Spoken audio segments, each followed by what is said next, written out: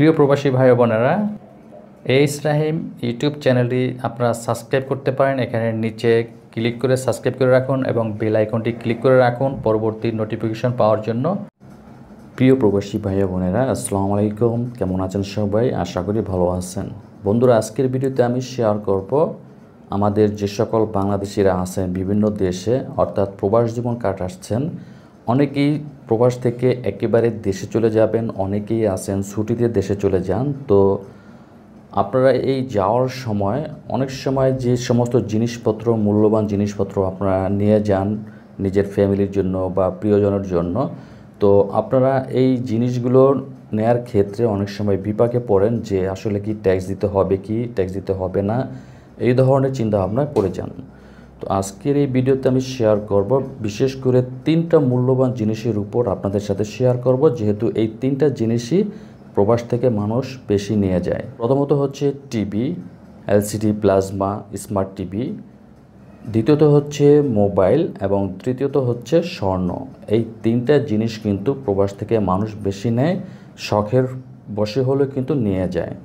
তো অনেকেই এই বিষয়গুলো না জানার কারণে অনেক সময় এয়ারপোর্টে গিয়ে বিপাকে পড়েন।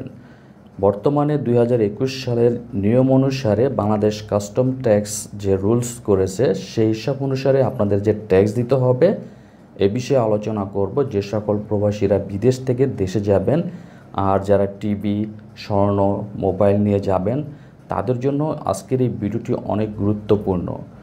আপনি যদি আমার এই ভিডিওটি দেখেন তাহলে বাংলাদেশ এয়ারপোর্ট কাস্টম ট্যাক্স সম্পর্কে আপনাদের ধারণা হবে যে আপনি টিভিতে কত টাকা ট্যাক্স দিবেন, মোবাইলে কত টাকা ট্যাক্স দিবেন এবং স্বর্ণ নিলে কীভাবে ট্যাক্স দিবেন, এ বিষয়ে বিস্তারিত আলোচনা করব। মূল বিষয়ে যাওয়ার আগে যারা এখনও আমার এই চ্যানেলটি সাবস্ক্রাইব করেনি, চ্যানেলটি সাবস্ক্রাইব করে রাখবেন। পাশে থাকা যে বেল আইকনটি আছে অবশ্যই ক্লিক করে রাখবেন, যেন পরবর্তীতে নতুন কোনো ভিডিও আপডেট দিলে আপনার কাছে নোটিফিকেশন যায় আর তখনই দেখে নিতে পারেন আমার এই চ্যানেলের ভিডিও। যারা অলরেডি সাবস্ক্রাইব করেছেন, থ্যাংক ইউ সো মাচ। প্রিয় প্রবাসী ভাই বোনেরা, আপনারা যখন বিদেশ থেকে দেশে যাবেন, 3টা জিনিসের উপর আমি আজকে আলোচনা করব। বেশিরভাগই আপনারা টিভি, মোবাইল এবং স্বর্ণ নিয়ে থাকেন। এই বিষয়গুলোর উপর ট্যাক্স বিস্তারিত আলোচনা করব, পুরো ভিডিওর সাথেই থাকবেন। তো একজন প্রবাসী যদি বিদেশ থেকে বাংলাদেশে যায়, সেক্ষেত্রে সে কয়টা টিভি নিতে পারবে, এরকম কিছু প্রশ্ন আসছে। আপনি যদি বিদেশ থেকে বাংলাদেশে যান, আপনি একা একটি টিভি নিতে পারবেন, আপনি 2টা টিভি নিতে পারবেন না। 2টা টিভি নিতে গেলে আপনাকে ট্যাক্সের পরিমাণটাও বেশি হবে। তো আপনি যে একটা টিভি নেবেন, মনে করেন এখন আপনি 29 ইঞ্চি পর্যন্ত বাংলাদেশ এয়ারপোর্ট কাস্টম ট্যাক্স আপনাকে ফ্রি করে দিয়েছে, অর্থাৎ 29-এর ভিতরে যদি কোনো টিভি নেন, 24 ইঞ্চি, 29 ইঞ্চি, 21 ইঞ্চি, এগুলো আপনাকে ট্যাক্স দিতে হবে না। 30 থেকে 36 ইঞ্চি পর্যন্ত যদি আপনি টিভি নেন, সেক্ষেত্রে আপনাকে ট্যাক্স প্রদান করতে হবে, আর এই ট্যাক্সের পরিমাণ হবে 10,000 টাকা, অর্থাৎ বাংলা টাকার 10,000 টাকা। আপনি যে দেশ থেকে যান না কেন, বাংলাদেশে পৌঁছানোর পরে বাংলাদেশি টাকা হিসাব করা হবে। এখন 37 থেকে 42 ইঞ্চি পর্যন্ত টিভি যদি আপনি নিতে চান, সেক্ষেত্রে আপনাকে ট্যাক্স প্রদান করতে হবে 20,000 টাকা। 43 থেকে 46 পর্যন্ত যদি আপনি টিভি নেন, সেক্ষেত্রে আপনাকে ট্যাক্স দিতে হবে 30,000 টাকা। 47 থেকে 52 ইঞ্চি পর্যন্ত যদি আপনি টিভি নিতে চান, সেক্ষেত্রে আপনাকে ট্যাক্স প্রদান করতে হবে 50,000 টাকা।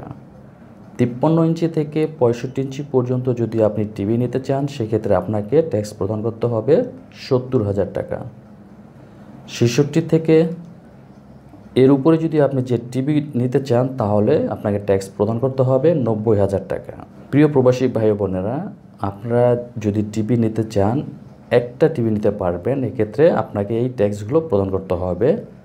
তবে আপনি বলতে পারেন যে আপনার সাথে হয়তো আপনার সন্তান আছে, সন্তানকে একটা নিতে পারবে কি না। এখন সন্তানের বয়স আপনাকে দেখতে হবে। একজন প্যাসেঞ্জার গণনা করা হয় সাধারণত 12 বছরের উপরে। এখন 12 বছরের নিচে যদি আপনার সন্তান হয়ে থাকে, তাহলে সেক্ষেত্রে তার নামে যে টিভিটা আপনি নেবেন, সেটা কিন্তু আপনার উপরই গণনা করা হবে। তো এই গেল টিভি সংক্রান্ত। এখন আসি, অনেক প্রবাসীরাই আছেন মোবাইল নিয়ে যান। এখন Bangladesh airport custom tax rules অনুসারে একজন প্রবাসী 2টা মোবাইল ফ্রি নিতে পারবেন। 2টা মোবাইলের উপরে অর্থাৎ আরও 6টি আপনি ট্যাক্স প্রদান করে নিতে পারবেন। টোটালে 8টি মোবাইল আপনি নিতে পারবেন, তার মধ্যে হচ্ছে 2টা ফ্রি এবং 6টি ট্যাক্স প্রদান করতে হবে।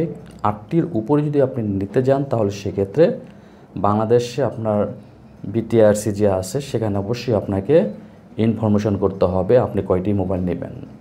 এগুলো অনেক ঝামেলা, অনেক কিছু পোহাতে হয়, তো এগুলির ভিতরে না যাওয়াই ভালো। আপনি 8টার ভিতরে সীমাবদ্ধ থাকবেন যদি আপনার নেওয়ার ইচ্ছা থাকে বেশি। তো এখন অনেক প্রবাসীরাই আছেন যে ভাই আমি যে 2টা মোবাইল নিব বা 3টা নিব বা 4টা নিব, এখন কোন 2টা আমার ফ্রি এবং কোনটা প্রতি ট্যাক্স নেবে।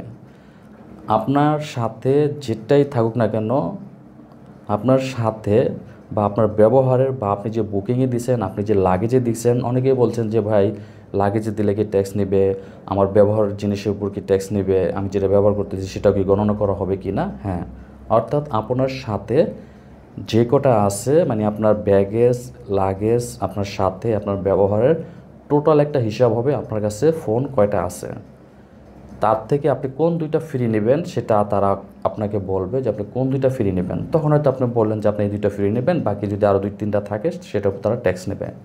এখন আপনি মনে করতে পারেন যে আপনি যেই দেশ থেকে মোবাইল কিনছেন সেই দেশের সেই দোকান থেকে একটা রিসিপ্ট আপনি লেখাছেন, মোবাইলের দাম মনে করেন আছে 20,000 টাকা, সেখানে আপনি সেই রিসিপ্টে লিখিয়েছেন 15,000 টাকা। এখন সেই রিসিপ্ট যদি দেখান সেটা কিন্তু গণ্য হবে না। এখন হচ্ছে ইন্টারনেট যুগ, প্রত্যেকটা মোবাইল ব্র্যান্ডেরই কিন্তু নেড়ে সার্চ দিলে তার মূল্য চলে আসে। তো আপনারা এই কাজটি কখনো করবেন না যে রিসিপে কম লিখিয়ে বাংলাদেশ এয়ারপোর্টকে ফাঁকি দেওয়ার চেষ্টা করবেন, সেটা কিন্তু তারা করবে না। তারা দেখবেন নেটে সার্চ দিয়ে আপনার এই ব্র্যান্ডের ফোন কত মূল্য আছে। তো যাই হোক, এখন সেই মূল্যের উপর ভিত্তি করে আপনার মোবাইলের প্রতি তারা যে ট্যাক্স নেবে সেটা হচ্ছে 55.60%, 55 টাকা 60 পয়সা। তো যাই হোক, মনে করেন 56 টাকা। তো একটা মোবাইল যদি আপনি মনে করেন এখন 100 টাকাতে কিনেন, উদাহরণস্বরূপ 100 টাকাতে কিনেন, সেক্ষেত্রে আপনাকে ট্যাক্স দিতে হবে 55 টাকা 60 পয়সা। তো এখন 20,000 টাকার দামের যদি একটা আপনি মোবাইল কিনেন, সেক্ষেত্রে বাংলাদেশ এয়ারপোর্টে নিয়ে আপনাকে ট্যাক্স দিতে হবে প্রায় 11,000 টাকা। তো এখন আপনার চিন্তাভাবনা করেন আপনি প্রবাস থেকে যে মোবাইল নেবেন, এখন একটা দামি ফোন নেওয়ার পরে বাংলাদেশে যে এভাবে কি আপনি ট্যাক্স প্রদান করবেন? অতএব এখন বাংলাদেশের সুবিধা ভালো, আপনি হয়তো ট্যাক্স এখান থেকে নিয়ে কী করবেন, বাংলাদেশে গিয়ে আপনি নতুন ফোন কিনতে পারেন। এবং অনেকে আছে বাটনওয়ালা ফোন নেন, আপনার যে বাটন স্মার্টফোন না বাটন, সেক্ষেত্রেও কিন্তু সেটা ট্যাক্স দিতে হবে 34 টাকা, অর্থাৎ শতকরা 34 টাকা দিতে হবে। তো আপনি যদি একটা 100 টাকা ফোন কেনেন, সেখানে আপনাকে 34 টাকা দিতে হবে। 2টা তো আপনার ফ্রি, এখন 2টা বাদে এখন আপনি ব্যবহার করেন বা ব্যবহার করা ছাড়া বা পুরান নিছেন নতুন নিছেন সবগুলো কিন্তু তারা গণনা করবে। তো আশা করি বুঝতে পারছেন। আরেকটি কথা হচ্ছে যে অনেক সময় আপনার বাচ্চা কাচ্চার সাথে থাকে, 12 বছরের উপরে যদি সাথে থাকে কোনো বাচ্চা, তাহলে একজন প্যাসেঞ্জার হিসেবে গণ্য করা হয়। এবং 12 বছরের নিচে যদি কোনো বাচ্চা থাকে তাহলে তার নামে যেগুলো নেবেন সেগুলো আপনার নামেই কাউন্ট করা হবে। আশা করি বুঝতে পারছেন।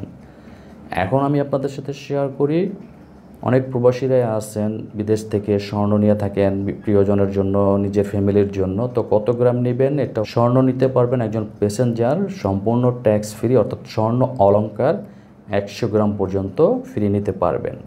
তবে আপনি যেই জিনিসটা নেবেন, অর্থাৎ মনে করেন আপনি চেন নেবেন, কানের জিনিস নেবেন, একই জিনিস যেন 12টার বেশি না হয়। 12টার বেশি হলে কিন্তু, অর্থাৎ একই ডিজাইনের 12টার বেশি হলে কিন্তু আপনাকে ট্যাক্স প্রদান করতে হবে। আপনি 12টার মধ্যে সীমাবদ্ধ নেবেন।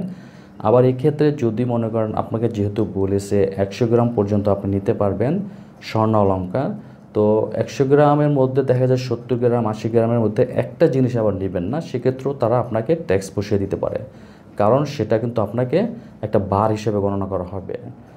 তো আপনি স্বর্ণ অলংকার নিতে পারবেন 100 গ্রাম, তার মধ্যে আপনার বিভিন্ন ডিজাইনের নিতে হবে। বিভিন্ন ডিজাইনের নিলে আপনার প্রতি আর সেটা ট্যাক্স তারা প্রদান করতে বলবে না।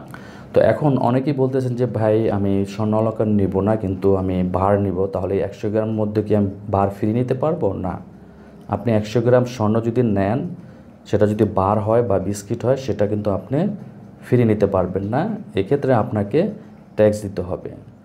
এখন অনেকেই আছেন যে ভাই আমি তো 100 গ্রাম স্বর্ণালঙ্কার একটু বেশি আছে, তাহলে কি আমাকে ট্যাক্স দিতে হবে? 100 গ্রাম স্বর্ণালঙ্কার নেওয়ার পরে যদি বেশি থাকে সেটা আপনাকে ট্যাক্স প্রদান করতে হবে, সেটা ট্যাক্সের পরিমাণটাও বেশি। প্রতি গ্রামে আপনাকে 1500 টাকা করে দিতে হবে, প্রতি গ্রামে 1500 টাকা করে দিতে হবে। এখন আপনি হিসাব করেন, আপনি যদি 10 গ্রাম নেন কত টাকা প্রদান করতে হবে ট্যাক্স। অতএব আপনি ট্যাক্স দিয়ে আরও 100 গ্রাম স্বর্ণালঙ্কার মতো নিতে পারবেন, তবে 100 গ্রাম নেওয়াটাই ভালো। এখন স্বর্ণের বার বা বিস্কিট আপনি 100 গ্রামে যদি নেন তাহলে আপনাকে ট্যাক্স প্রদান করতে হবে। সেটা যদি হিসাব করেন যে আমি যেহেতু 100 গ্রাম স্বর্ণালঙ্কার নিতেছি, তো আমি স্বর্ণালঙ্কার না নিয়ে যদি বিস্কিট নেই তাহলে তো আমার ফ্রি নেওয়ার কথা না। বাংলাদেশ কাস্টমস রুলস অনুসারে আপনি স্বর্ণালঙ্কার নিলে 100 গ্রামের মধ্যে ফ্রি, আর যদি স্বর্ণালঙ্কার না নিয়ে 100 গ্রাম আপনি যদি বিস্কিট নেন সেটা ফ্রি না, সেটা ট্যাক্স প্রদান করতে হবে। সেক্ষেত্রে আপনাকে ট্যাক্স দিতে হবে প্রতি ভরিতে 2000 টাকা। তো এইভাবে প্রতি ভরি হিসাব করলে আপনি 20 ভরি স্বর্ণ নিতে পারবেন, অর্থাৎ 20 ভরি একটা বিস্কিটের ভার নিতে পারবেন। সেক্ষেত্রে আপনাকে ট্যাক্স প্রদান করতে হবে, তার মানে 234 গ্রাম আপনি স্বর্ণ নিতে পারবেন একটা বিস্কিট বা ভার, 234 গ্রাম পর্যন্ত। এর অধিক যদি আপনি নিতে চান তাহলে সেক্ষেত্রে আপনাকে অবশ্যই ইনফরমেশন করতে হবে বাংলাদেশ এয়ারপোর্টে যে আপনি বেশি স্বর্ণ নিছেন, বেশি স্বর্ণ আনছেন। আপনি যখন বিমান থেকে নামবেন বাংলাদেশ এয়ারপোর্টে, সেখানে দেখবেন সিকিউরিটি বা কোনো ঘাট আপনাকে একটি ফর্ম দেবে, সেখানে আপনাকে উল্লেখ করতে হবে যে আপনি স্বর্ণ এত পরিমাণ নিয়ে আসছেন। তো এটা আবার আপনাকে যখন পেমেন্ট করতে হয়, অনেকে আপনারা এই কাউন্টারগুলো চেনেন না, কাস্টমস যে কাউন্টার আছে সেই কাউন্টারে গিয়ে আপনি যোগাযোগ করলে আপনি টাকা পেমেন্ট করবেন। যখন আপনি কোনো ট্যাক্স প্রদান করবেন সেটা টাকা পেমেন্ট করবেন, ওখানে যে ব্যাংক আছে সেই ব্যাংক ওনারা যে রিসিপ্ট দেবে ব্যাংক, কিন্তু কারোর কোনো প্রকার ক্যাশ প্রদান করবেন না। আশা করি বুঝতে পারছেন। তো বন্ধুরা, আপনারা যখন বিদেশ থেকে এই জিনিসগুলো নেবেন, তো এই জিনিসের উপর যে ট্যাক্সগুলো সেগুলো আমি আপনাদের সাথে শেয়ার করেছি, আপনাদের অনেক উপকার হবে। অনেকে বলতে পারেন যে ভাই ডিএসএলআর ক্যামেরা নেব, ডিএসএলআর ক্যামেরাকে চার্জ দিতে হবে? অবশ্যই চার্জ দিতে হবে, প্রায় 15,000 টাকা দিতে হবে ডিএসএলআর ক্যামেরা যদি আপনি নেন। এরপর অন্যান্য জিনিস যে আরও আছে সেগুলো বিষয়ে কিন্তু আমার পুরনো একটি ভিডিও আছে, আমি এখানে লিঙ্ক দিয়ে দিচ্ছি, এই লিঙ্কটি দেখলে আপনারা আরও অনেক কিছু জানতে পারবেন। তো আজকে যে গুরুত্বপূর্ণ বিষয়গুলো শেয়ার করেছি আপনাদের জন্য অনেক গুরুত্বপূর্ণ। আশা করি ভিডিওটি ভালো লাগলে আপনি আপনার বন্ধু বান্ধবের মধ্যে শেয়ার করবেন। আজকের মতো এখানেই, আগামীতে আবার আসবো নতুন কোনো তথ্য নিয়ে, নতুন কোনো বিষয় নিয়ে। সে পর্যন্ত সকলেই ভালো থাকবেন, সুস্থ থাকবেন, এই কামনা করে বিদায় নিচ্ছি। আল্লাহ হাফেজ।